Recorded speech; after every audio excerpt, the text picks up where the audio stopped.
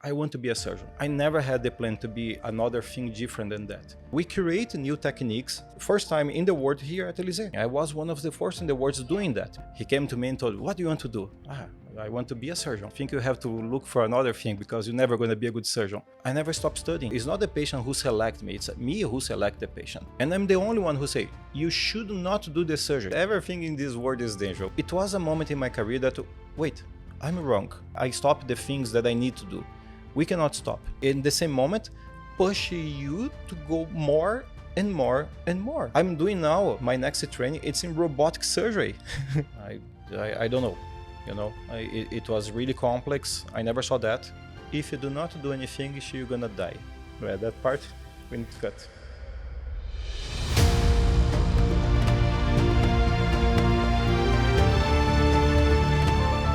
Dr. Paolo Míšeles. Yes. One of the most famous plastic surgeons in UAE, Brazil. Everyone is looking for Dr. Paolo's results and Instagram. Actually, me personally, I like your Instagram a lot. Thank you very much. And your results.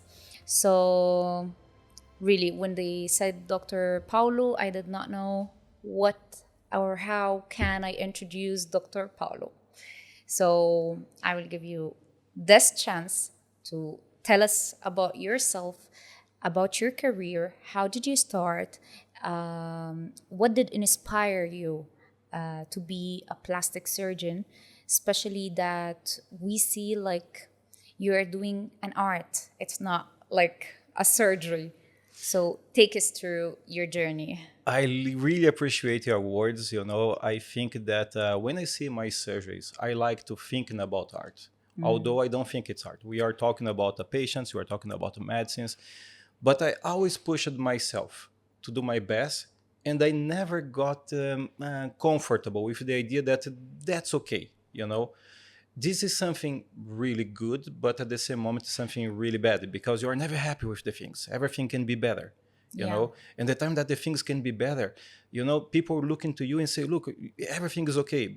But no, not for me. For me, it seems that I still need to go a little bit more. So that's the reason I don't like to say as an art, but I feel that everyone can do something better. I learned that you can improve a little bit more. Yeah.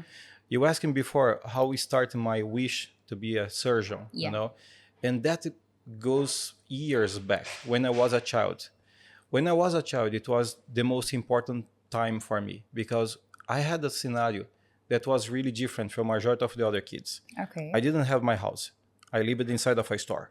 My mom lost everything in 1974, and when there was a flood in a city nearby that we lived, she lost her house, she lost everything. Oh.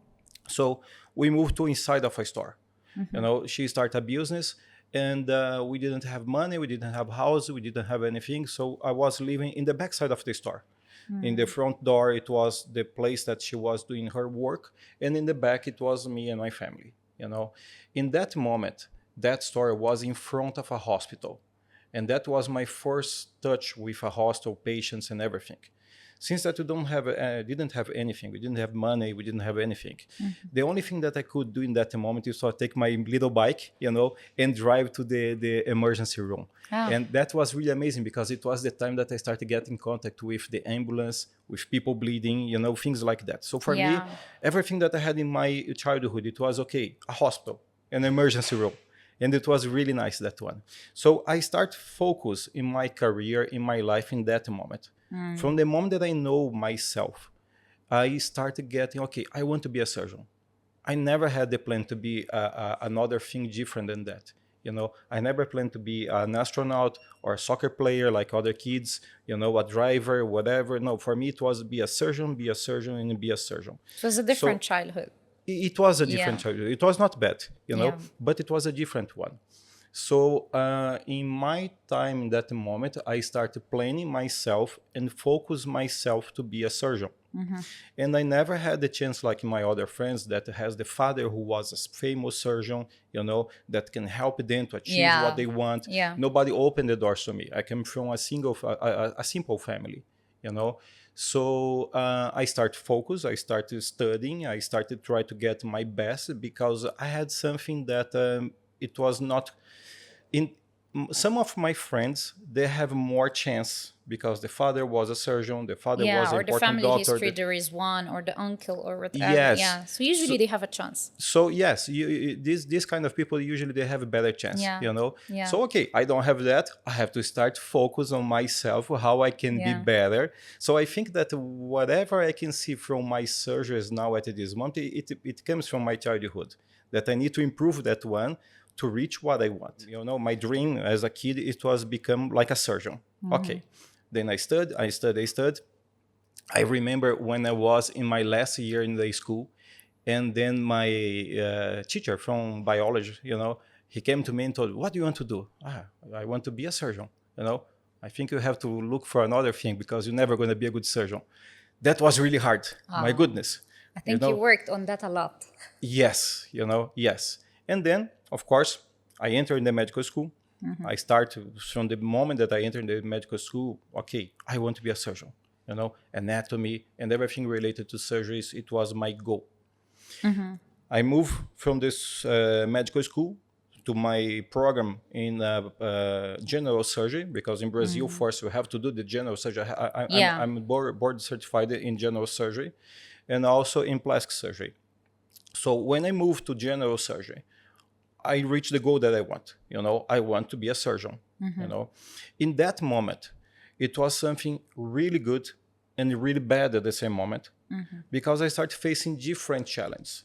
When I was working as a surgeon inside of the emergency room, you know, I got many things that I love it because it was my dream, but also I started facing problems that I was not expecting. Like when you work inside of the emergency room as a general surgeon, you work as a trauma, you see people die, you see people think that is not okay. It's difficult, you know. So that was a big problem to me, psychologically speaking, because you attach with the patient and you don't want to see them lose all these things. Right. But at the same moment, I started doing reconstructive procedures for people, and especially kids in that moment, when they have a damage in the face, when they have damage in other parts. And that was my first contact and first touch with the plastic surgery, you know, because I started giving them back the self-confidence, because they came with a face totally destroyed, and I spent hours doing these reconstructive things. That was the moment, okay, maybe this is the place that I want to go, you know, to be a plastic surgeon, because it's something that I felt comfortable with that one. I started focusing on that. I entered in the plastic surgery residence, you know. It was in the most important service in Brazil, you know, in the most important city. It was the top that I can reach in that moment. I was really happy. And when I started doing the surgeries at that moment, my initial focus, what I want in that moment, it was, okay, I want to do reconstructive case. I want to try to help people in cancer. You want to see people satisfied. In the beginning, my initial goal, it was to try to help people in need. And then as a part of the training, you know, we started doing liposuctions, we started doing tummy tucks, we started doing whatever I'm doing nowadays. The first idea that was not important, you know, that was my first idea, but it was part of the program. When I started doing the tummy tucks, the liposuction, all these breast reductions and everything, I discovered something that the medical school never taught me before: how we can improve the self-esteem and how we can give the confidence back to the patients, you know, and how that one can affect their lives, you know. And I started seeing things that, my goodness, I was not expecting to see that one. It was really nice. It was really good. And then I saw something that, okay, it was something really amazing, because every single day you can see people that comes in somehow a little bit depressive to you, you know, they are ashamed, they are far away from the society, they are far away from their friends, and you can give them back this part. So that was amazing, you know, and it was okay. Seeing people confident again, or... Yes, giving them back all these things, you know. So that was a really amazing scenario that I felt, I found myself, you know, in that way. It was not something that I was expecting. When I was a kid, I have no idea about liposuctions, about breast augmentation and all that things, of course. And when I was a kid, the only thing that I want to do is to be a surgeon, to see blood. You know, it was the only thing Unlike that I the wish. Other people, we don't like to see blood. You wanted to be a surgeon just Like, I don't know. Maybe it's in my genes, because my daughter is almost the same. Let's say, really? somehow she born in these things. Yeah. She So she she's studies with interested me. to see and to learn and to know more Yes, about such yes, things. yes, Yeah. yes, yes. She likes a little bit this part as well. Yeah. So I became a plastic surgeon because I would like to be a surgeon. Yeah. And inside of my training in the general surgery, I started to discover things that nobody taught me before regarding about how we can improve the patients, how we can improve the self-esteem, how we can make the life of people better. Because aesthetic surgeries, they are not only to make them beautiful. My surgery goes much more than that. My surgery gives the patient back the sensation that, look, I feel confident, I feel comfortable Yeah. after the damage from several kids, Yeah. after I have a trauma, after I have that, when I Right. see a patient that just want to make them beautiful, it's not exactly the patient that I like it. I like the patient, look, I'm happy with my kids, but look the damage that I got from my pregnancy. And I want to get my body back. I want to get my self-esteem back. This is what I like it. This is what motivates me, to create more, to develop techniques, to try to improve the things that so far it was not possible, but to have been changed all these things, To possible. Yeah. to possible. So that is a It's short possible story now. how I become a surgeon. Yeah. Very interesting. It's for me very weird or different to hear from a person who were a kid. Everybody wants to be a normal doctor, as you said, astronaut or a football player. Yep. But a surgeon from the beginning, from being a kid. I think this is something in the genes, as you mentioned already. I don't know. Yeah. In my family, never had a doctor before. I was the first one. Okay. I was the first one, and my wish it was always to be a surgeon, always to go to the OT, to be inside, to feel these things. I never Yeah. have anything different. You did not fear it, you felt afraid, or you have a fear regarding that, or it's a very critical job. It's not easy. So It's not easy, and I have to say that about fear, it's the opposite. I never lost the fear, but that is the way that I think that my surgeries are safe nowadays, because I feel that, look, I have fear about what can happen. Let me try to correct it before. Let me try to fix it. Let me try to take care of this. Let me try to take care of that, to avoid the complication. So honestly, I believe that I don't want to lose the sensation that I have the fear. I think that the sensation to have the fear, it's pretty important to me to keep my patients safe. yeah. Because the time that you lose this sensation and you think that you can do everything, that you unbeatable, and you can beat anyone, it's the time that you're going to get complications. It's the time that you're going to put your patients in risk. The overconfidence about something without From the being moment afraid. that I enter, from the moment that I enter inside of the medical school, for today, I never lost the sensation of fear. So every surgery give me this sensation. But this sensation, it's my fuel to try to bring the things to the safest side, to protect, to improve it, and especially because we have fears maybe to not reach the certain target, or outcomes, whatever. I never stop studying. I'm not comfortable to say, look, I'm okay. I'm going to stay here, not doing anything more, because I reach a really high level, and nobody can reach me here anymore. No, I don't have the sensation. I have the sensation that I have to continue, because I know that there is something better. It's impossible to think about plastic surgery for the next 5 years that nothing gonna change. Right. There will be new techniques. There will be new things. Always there is. I want to be there. I want to be the first ones. I want to be the guys creating this. I want to be the ones bring that one first to the country. I want to give these things, So that is what motivates me to continue study, because I have the fear, and I know that we still have challenge to fix and correct. But having this sensation, it's pretty important for us to keep Very the things, important. running well. And it's a good thing. Can you still remember your first surgery? It's difficult to say, because the first surgery, and it was in the medical school. And it was like when you are inside of the emergency room. Okay. Emergency room in Brazil is absolutely different than the emergency room here in UAE, because in Brazil we have a poor country. We have violence. Yeah. You have people stabbed. You have, gunshots. You have many things. And for example, one time that you are inside of these emergency rooms, you have 100 patients per day. So the first surgery, it's difficult to say, but it was traumas, because it was a car accident. That you have to open and have to correct everything. I was really happy in that moment because I was reaching what I want, I was helping people. But in details, I don't remember exactly how it was the first surgery. But I remember the environment, the environment, how I felt, it was, how it was and everything here. But it was, at this moment, thousands and thousands of patients in plastic surgery, in general surgery, when I was in the emergency room. Remember all these details is really complex because in the end, when you focus in the patient, we don't remember the patient. We remember there is a patient, but we don't remember the name of the patient. Yeah. We try to keep it cool, We try to keep it the way in do not get emotional. So every time that you go, I know the name of the patient. I know them. I know their history. But when you are in the surgery, we need to create. Try to just put it aside. We need at to that push time. aside that's everything, And look, I have a human in front of me that you need to save. That I need to save.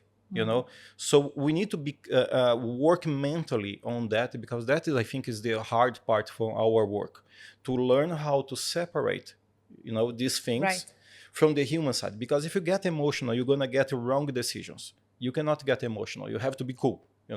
You have to create. I'm a surgeon. I'm here to do my surgery, and I'm here to save this patient. Or to do my surgery in plastic surgery. In that moment, there's another guy here. I'm a father. Detaching everything aside and just to focus on your. Yes, I'm a father. I have my feelings, but when I'm in surgery, I'm a surgeon. There's another guy that enters inside of my body to perform these surgeries. I can see this in your eyes. Nice. So, doctor, when it comes to the first plastic surgery in UAE, how did you felt on that day? How did you feel during the conducting the surgery, the first operation theater you entered in your career here in UAE? How did you feel? How did you performed? How was your feeling even after, and the patient and everything? The first time that I went here to a hostel, and I did a surgery, that I remember exactly. It was a kid, where there was a facial trauma. Yeah, it was a facial trauma in a kid. And it was something really nice and really bad at the same moment. Because every time that you deal with kids, it's something, complicated, because I'm a father as well. So you get a little bit emotional. You try to be cool, but the parent part will come. But I think that moving to UAE, it was the biggest challenge in my career. Because I came from a country that, I was in my country, everything was fine, I was really nice in my country, my company and my clinic, it was really big, And when I moved to UAE, I had several challenges here. I have the challenge about to deal with different cultures, to deal with different people, different nationalities, in different language, and then you have to deal now with different OT, in a different OT. It's like when you're going to cook, in a different kitchen, and everything is different. You don't know anything. You don't know anything. You don't have any support. My friends are not here in that moment. I was just starting. So everything was brand new. Everything was different. And it was a pretty big challenge in that moment.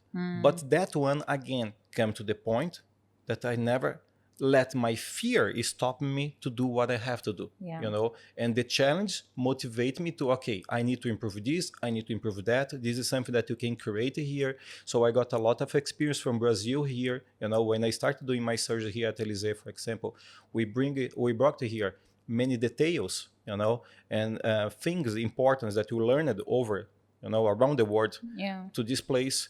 It was a challenge, but this challenge it was always really nice, in somehow. So, can we consider this one of the challenges you went through your life moving from Brazil to UAE? Do you consider this one of the challenges you have met or you had to deal with in your life? This is one of the many challenges, to move from one country to another. Because, for example, when I was in Brazil, I had a big company. I was the owner of my own company. Everything was So you were great. stable there, doctor. Actually, Everything was, yeah. A lot. So how did it come to your mind, or My country is not it's an unsafe country at this moment, let's say. Politicians, unstable, corruptions and burglars and thieves, and it's a kind of a risk to be there, in somehow. yeah, So when I came here, I was looking to get a better quality of life for my family, for my daughter. I Yeah. had this experience. I wish that I had this experience to live in a country that is speaking English, be here around with people, different nationalities. So when I visited UAE for the first time, I felt in love with this place, because I felt here everything that I wish that the for safety, me, people from different Because- cultures and different nationalities. Yes, when I was, for example, visiting US, Europe, and many other countries, you can see that when you go to a place, you can see there is a place that is like a tourist place, safe and nice and beautiful. Yeah, but only for tourism. You feel like sometimes. But only in that Yeah. neighborhood. Yeah, When you go around, you don't feel that like that. yeah. I cannot live there. When I came here to Dubai for the first time, I rent a car. I drove around 1,000 kilometers inside of Dubai. And wherever I went, it was safe, it was nice, it was a place that, my goodness, this is the So place I I want can to raise my kid here. this is the place I want to raise my kid, Yeah. That was gonna be really nice. So it was my first decision. Okay, moving to this place, it would be something good for me and for my family. Yeah. We're gonna face challenges here, because when I came here, nobody opened the doors to me. I came here and there was a lot of plastic surgeons in here, Yeah. let's say, and nobody came like, look, come here to work with us. You got my point. So Yeah. again, came another challenge that I have to recreate everything, Yeah. create myself, try to understand what works that I learned here in UAE, what doesn't work, what I have to change, and how I can improve it. So combine all these things, put in a blender, and get what you Yeah. can get. It was a challenge. This was a challenge. That was Yeah. the first challenge. There are many others, but that was maybe the biggest one. Tell us about a challenge with the patient, whether in a surgery or post or even pre surgery, that you'll never forget. Challenges in plastic surgery, it's difficult to have. We have a lot of challenge. We have difficult cases, But since it's a plastic surgery and everything is planned in advance, Yeah. we don't have that much challenge in terms of execute the surgery by itself. I remember when I was doing my graduation in plastic surgery that the challenges were pretty big, because we are doing more reconstructive cases. Nowadays, I learned that I have almost 20 years experience in surgery. Nowadays, every single patient, it's a challenge, but it's not a challenge in the way that I don't know how to solve it.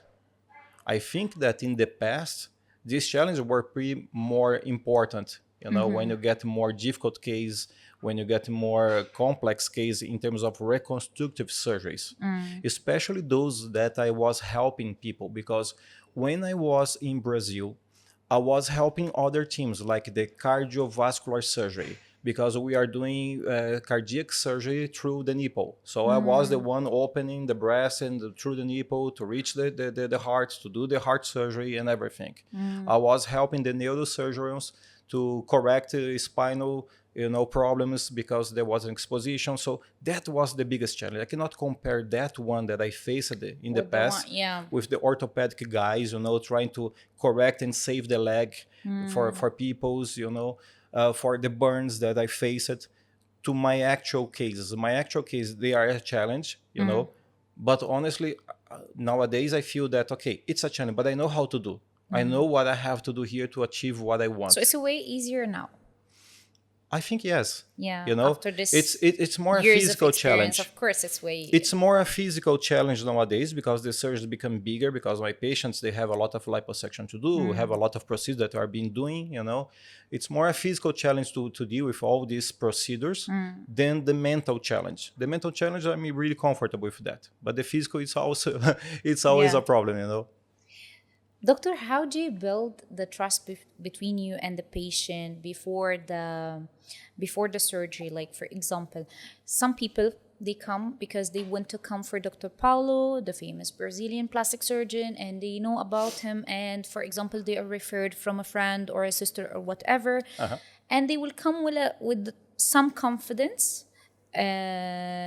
Other than the people that comes and they don't know, they just need a plastic surgeon. They heard about someone good or whatever or famous, but they don't know anything, no history in the family, the first one in the family to do a surgery or something. Yes. How do you build the trust with such patients who does not this patient, she does not use, doesn't know anything about the surgery, about you, or about how do you build that to the point that you'll convince a patient, or you will make sure that the patient will be like confident to enter the surgery? The first thing that I like to say, and this I explain to everyone, I don't try to convince anyone.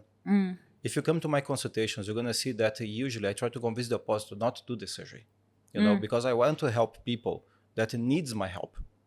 Okay, I'm not trying to convince anyone. The second scenario that is pretty important to understand, that we are not driving here by money. Yeah. You know, it's not about, look, you want to do the surgery, pay this, and I'm going to do the surgery. No, if you have indication, if I can see that I can give you a good result, I'm going to accept you to do the surgery. You know, so in the end, it's not the patient who select me, it's me who select the patient. Because what I want at this moment is to give the patient the best result as possible.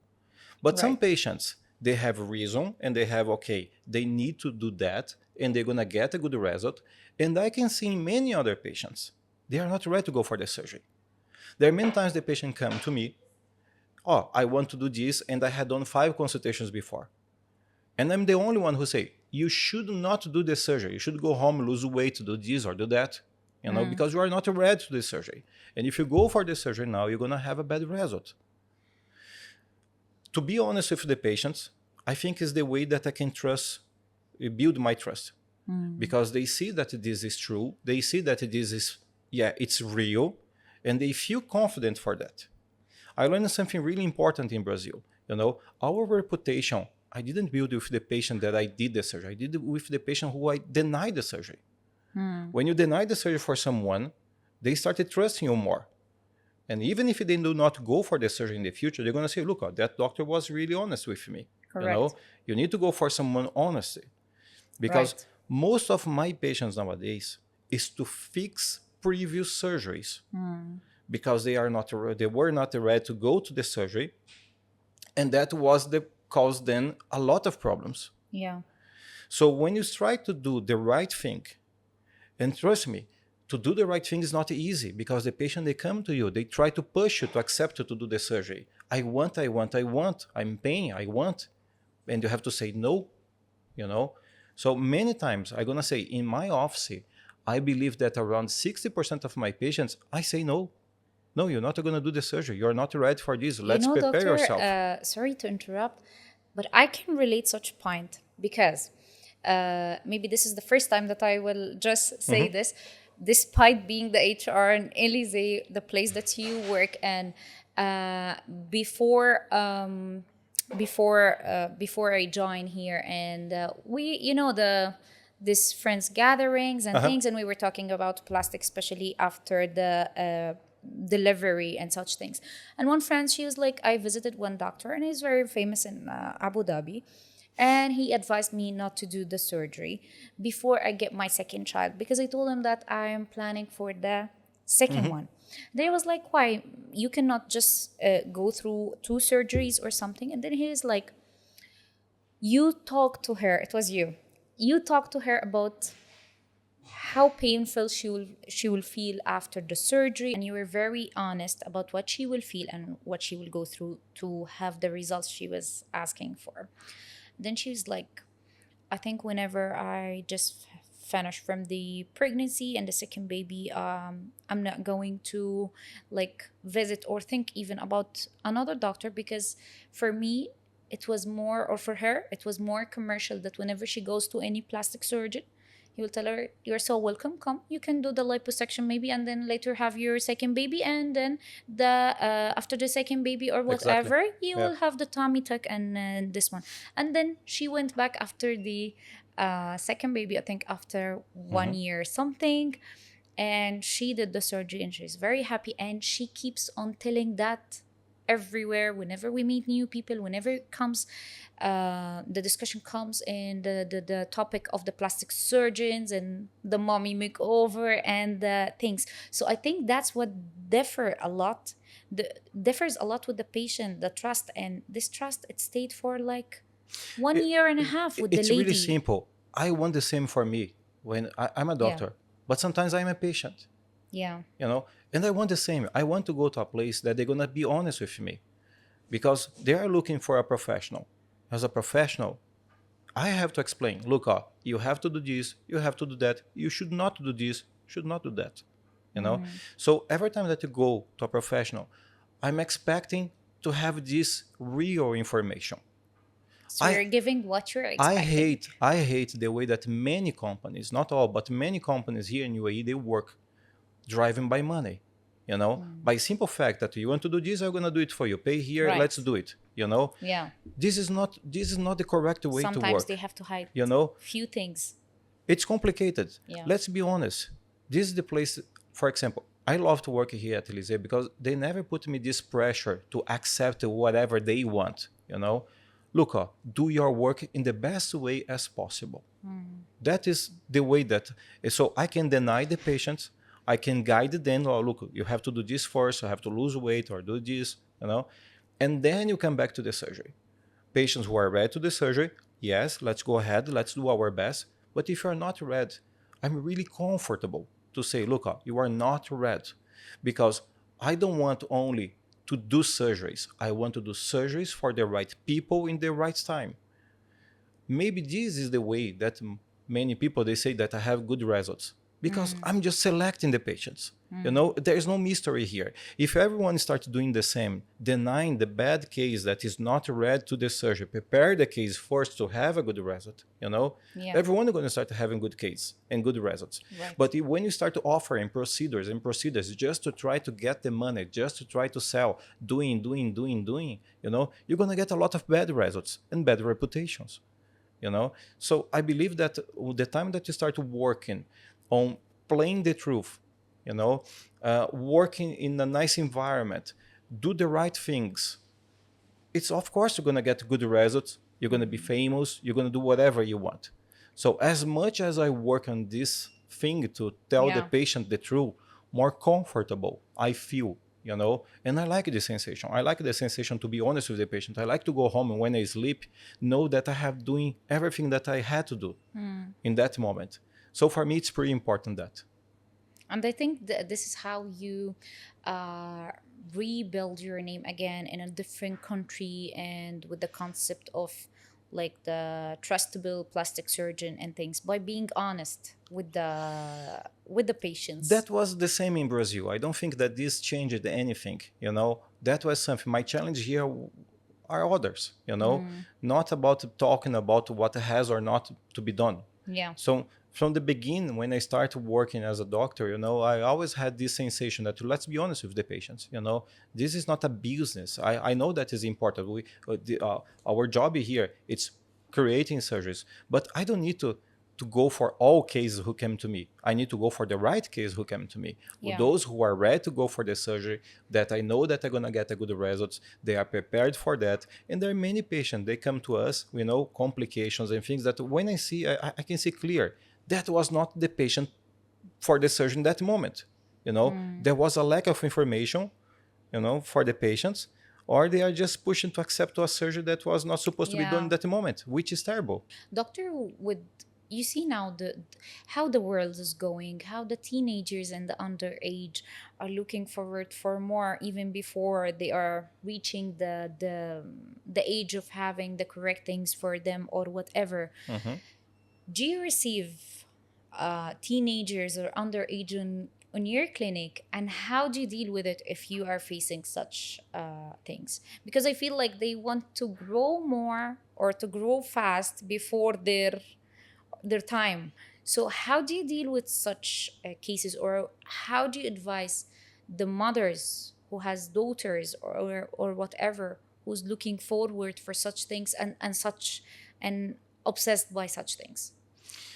First of all, I see that in Brazil, years ago, when I was doing my surgeries there, there was much more teenagers than I can see here in UAE. In UAE has some teenagers, but it's not They're like more, in Brazil. for They're, sure. they're much more in Brazil. Different culture and things. What I'm doing at this moment, when the teenager comes to me, usually they come with the mom or the daddy, they come with the family, they never come alone. So first of all, I want to listen then. I want to understand what's the reason they want to do this surgery. I give the chance to explain to me, so I'm gonna be trying to be clear with them. Majority of them is just a lack of orientation. Look, you have to do exercise, you have to go to the gym, you have to do some diet. This is not for you, because they want to get the easiest way. But there are many teenagers that they need to do this surgery. For example, a gynecomastia, it's a disease in the breast of the male. So they need to do the surgery. I had done the same surgery when I had 14 years old, because that can cause problems to you, that can cause you isolation from the other guys, from everything. So in somehow there are surgeries promoted to teenagers that are going to bring you then back to the people, to the social meetings and everything, all that things. For example, if I see someone in 16 years old that has a huge breast, causes back pain, of course there is an indication to do this surgery, so that is not something that is wrong. There are 16 years old who wants to put a breast implant. Come on, now's the time. You got my point. There'll be another thing, but for example, kids 7 years old in here in UAE, I don't see that much bullying.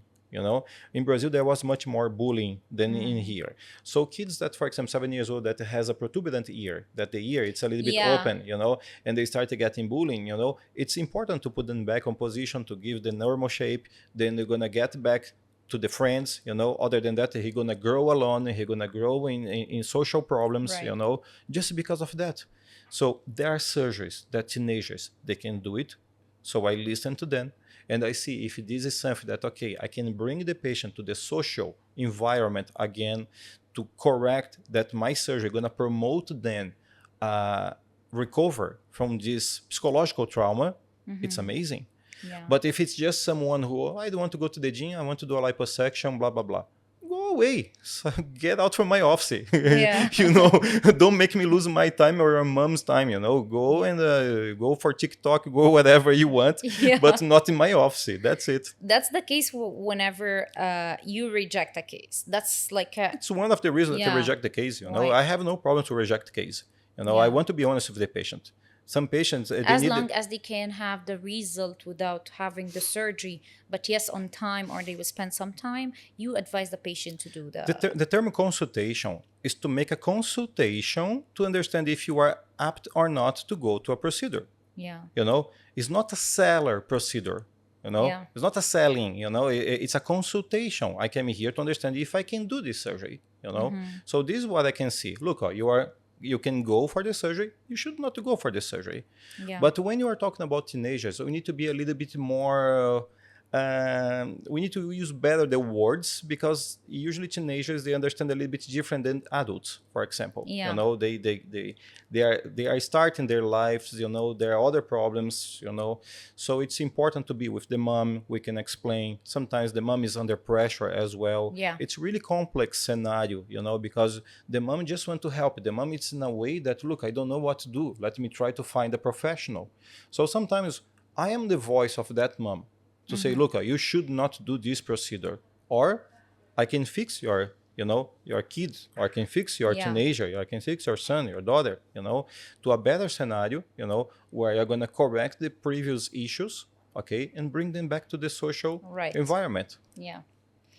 When do you consider, or when you tell about the surgery, or whenever you're having something, you tell yourself like, this will be a dangerous one,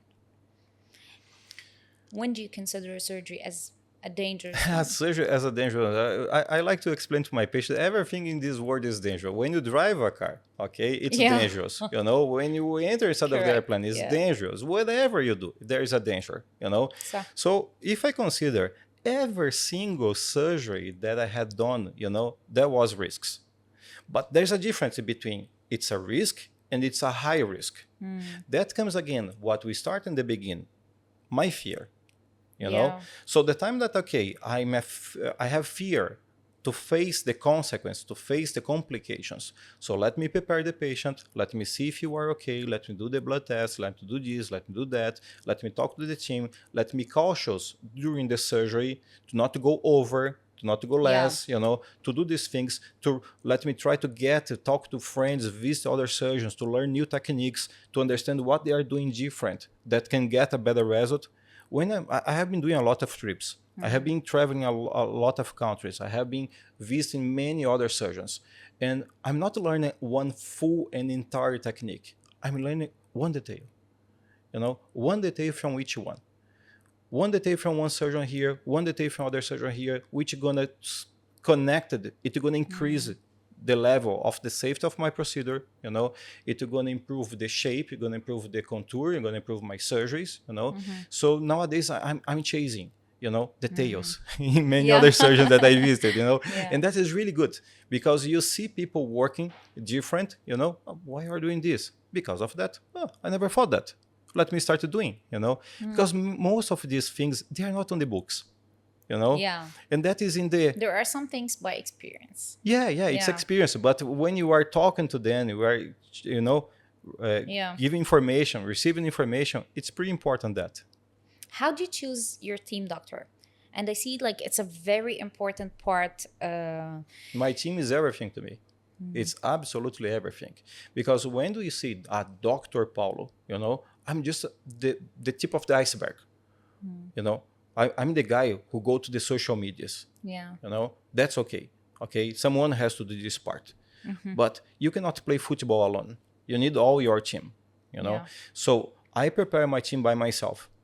I select the people, I interview each one of them, I select by their skills, and I trust my team 100%. So my team is absolutely important. Without them, I cannot be the guy that I am nowadays. What's the skill is it that the one that you are usually looking for in your team or in each team member? I know each team member has a different skill. Exactly. For example, the nurse that are doing the surgery for me needs to be skilled in surgeries. It's different than the coordinator, it's different than Rafa, it's different than the anesthesiologist, it's different than the other guys. Everyone needs to have some skills about that. But these skills, they are more based, on how good you are, of course. You need to be good, but you need to be willing to learn. You need to be ready to face everything together as a team, So my team is a small family. We work together, we play together. If I win, they win. If I lost, they lost, Right. When you build this trust with your team, everyone plays together. So my team is really united, It's difficult to break the trust in my team, between us, among us, that part here. You have a very strong bond. Yes. With my team, I have a very strong bond. And that is absolutely important, That's absolutely important. We need to learn one thing. A surgeon alone is no one. And I know that, I'm not someone who alone can do everything that I do. No, I have my results. I'm famous because of that, because my team is working with me, and I trust them, So I really have to say thank you to my team, because that is really important. I will end it with something little bit maybe personal, not related to the surgeries or whatever. Every one of us has something like a picture in front of our eyes every day that makes us keep going and doing whatever we are doing. And in the times whenever we are down or whatever, we put this thing in front of us just to keep going. What's your thing? That is something really interesting, because I had different stages in my career. When I started being a plastic surgeon, I finished my graduation in the most important city in Brazil. And Brazil is the most important country for plastic surgery. Okay. And I was in the most important hospital for plastic surgery. Okay. You know, that was something amazing to me. But at the same moment, it was a problem in my career. Because you put yourself like, okay, I'm on the top. I don't need anything else, you know? And I spent a few years without feeling that I don't need to do anything else. I came from the most important city, from the most important hospital, from the most important, you know. So nothing more to do. There's nothing more to do. And then I started to realize that many other people, they are doing different things and better, you know. So it was a moment in my career that, wait, I'm wrong. I stopped studying. You know, I stopped evolving. I stopped the things that I need to do. We cannot stop. We need to go ahead. You know, what I'm doing, it's wrong. First of all, we need to recognize in ourselves mistakes that we have been doing. Right. You know, as I'm a human, I'm not a robot. You know, I commit mistakes. The most important is to understand what I had done wrong in the past to try to improve for the future, right? So from that moment, years and years and years ago, I decided myself, I'll never stop learning. Because I don't want to get this scenario again that I feel that I'm the only one or nobody can beat me again or this or that. So in that moment, we start learning every single detail. I study every single day. And every single day, I learn something new. Could be a detail, could be almost nothing. But every single day, you pick up this detail here, you pick up that detail, you know, it's something that's going to make you better. Yeah. And going to make you improve it and make everything different. So I started been doing different trainings around the world, not only for surgery. I have been doing training for sculpture. Before, I never had done any sculpture. But I learned how to do sculpture to try to make my surgeries better. Yeah. And that is really interesting because, for example, every time that you're going to study about liposculptures or whatever, they're going to bring to us like a statue from Apollo or this or that, you know, guys. And they're going to see like, oh, this is the standard of beauty, let's say. Okay, interesting. But how the artist create that? What was what he had in mind to create that standard of beauty? Nobody talks about what the artists think. Yeah. You know, so okay, let me try to learn about how to create a sculpture, you know, because then I can improve my surgeries. And I learned a lot of details, you know, things that is not on the medical books. It's a very interesting thing. What's the standards of the beauty to you, or each of us has something in mind? What's yours? What's the standards of the beauty in your mind? Working in UAE is one of the best things because you have different standards. I don't have one standard. I have several standards. The standard depends on your country, you know, what you want, what you don't want, you know, if you are a mom or not a mom, you know. There are different standards. I don't have only one standard, you know. I have different ones, and I try to fit each one for different patients. Because I cannot think that because, okay, let's say liposuction high definition, okay, it's nice, but it's not for everyone. Yeah.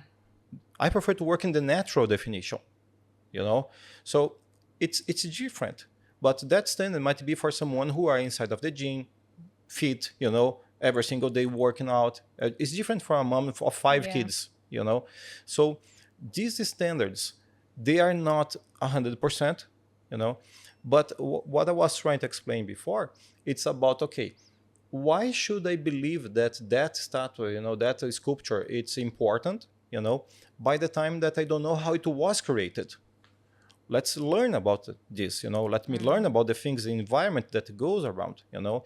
So we start making things like, for example, the rib remodeling nowadays, which is pretty important, you know, it makes a huge difference. It was a procedure that nobody was doing here in this country before. We started here in the country, you know, the rib remodeling procedure, which is amazing. It's absolutely different nowadays. And it's very famous now, It's amazing. You're very famous of it, doctor. Yeah. But that was something that nobody was doing. I was one of the first in the world doing that because I was trying to understand what has happened, why some patients, they are not happy with the surgeries. And then I started to realize, look, there's another problem in here, you know, that is not in the medical books. How can we solve that? You know, we started here the Mila, the video surgery, by doing the tummy tucks by video, you know, something that is not common. These procedures, you're going to find maybe with 20. less scars and things. You're going to find maybe 20 surgeons, maybe 30 surgeons doing all these things together. We create new techniques, first time in the world here at Élisée, you know, by combining all these things.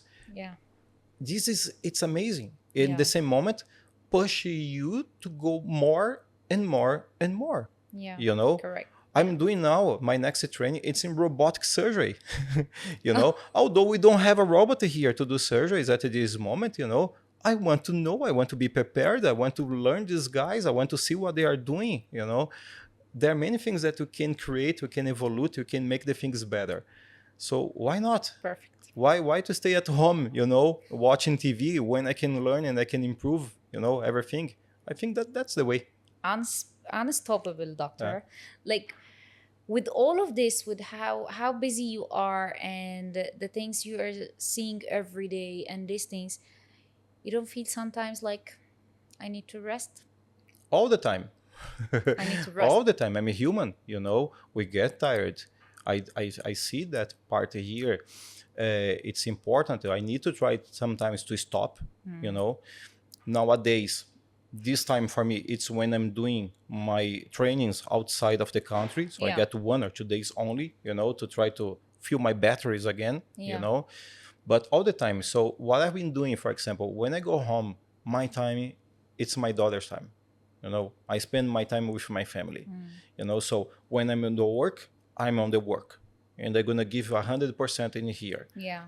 But when it's a weekend, when it's my daughter's time, I'm with her, you know, and so these you things. recharge again and you feel like you are ready to... Yes, I think it helps a lot. Yeah. But in general terms, you know, working in the surgical field is pretty hard for us because we are humans as well. You know, it's exhaustive, you know, back pain, many other things. It's complicated, you know. But in the end, you know, when you are far away from this and you see, I miss... You know, somehow we miss that part. You know, it's part of our lives. I don't see myself doing anything different than that at this moment. Can you tell us about something that really affected you personally so much, about a patient or a case that you will never forget in your life? Like the one that you, like something happened or... I remember one day when I was in Brazil and then the ICU called me. There was a newborn, you know, with a defect in the tummy. And they told me, look, we have a defect in the tummy here that we need to close. Okay.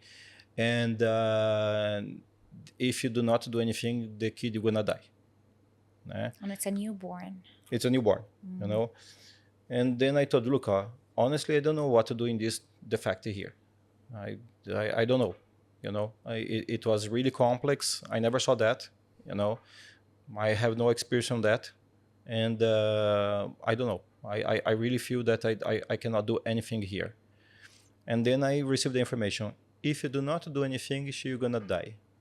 And then okay, let me try. You know, let me focus here and let me try. We did the surgery. Everything went well. You know, we create something different, you know, in that moment, try to be creative and okay, we fix the problems. And after that, till now, they send me every single birthday, they send a message to me. Ah, that's so sweet, doctor. Yeah. Yeah. So you feel... Well, that part, we need to cut. But okay. It's okay, Yes. doctor. And you feel like you're so proud every time you see her or him growing up every year. Now I receive the pictures every single year, you know, about the birthday, and they say thank you, everything, you know. The kid now has around 9 years old, you know. It's really important, that part. He still has some defects, things like this, but alive, you know, and everything's fine. That's so sweet. Okay, we will end it with another question. So, as a plastic surgeon, a father, a husband, how do you start and how do you end your day? Well, I start my day with a nice breakfast. Like I'm a human, I need to take my coffee. If I don't take my coffee, I'm not. Yeah, so you're a coffee person. No, I'm not a good person if I don't take my coffee. Yeah. You know, so Okay. coffee for me it's important. I have this We would bad make sure in habit. HR every day to send I a have this coffee bad to your- habit, but I'm a human. You know, I need something here. You know. Yeah. Well, then we come here to the hospital to do our surgeries. You Yeah. know, we focus in our surgeries. In the moment that I'm doing my surgeries, it's a magic moment for us because the moment that we have been designed for that, we have been trained for that. You know, the time that I like the most it's when I'm inside of the OT. It's not when I'm in the office. The office is something that I needed to get to the OT. You know, so it's pretty important to me. The surgeries. You know. Surgery by itself, then after that consultations, and then after that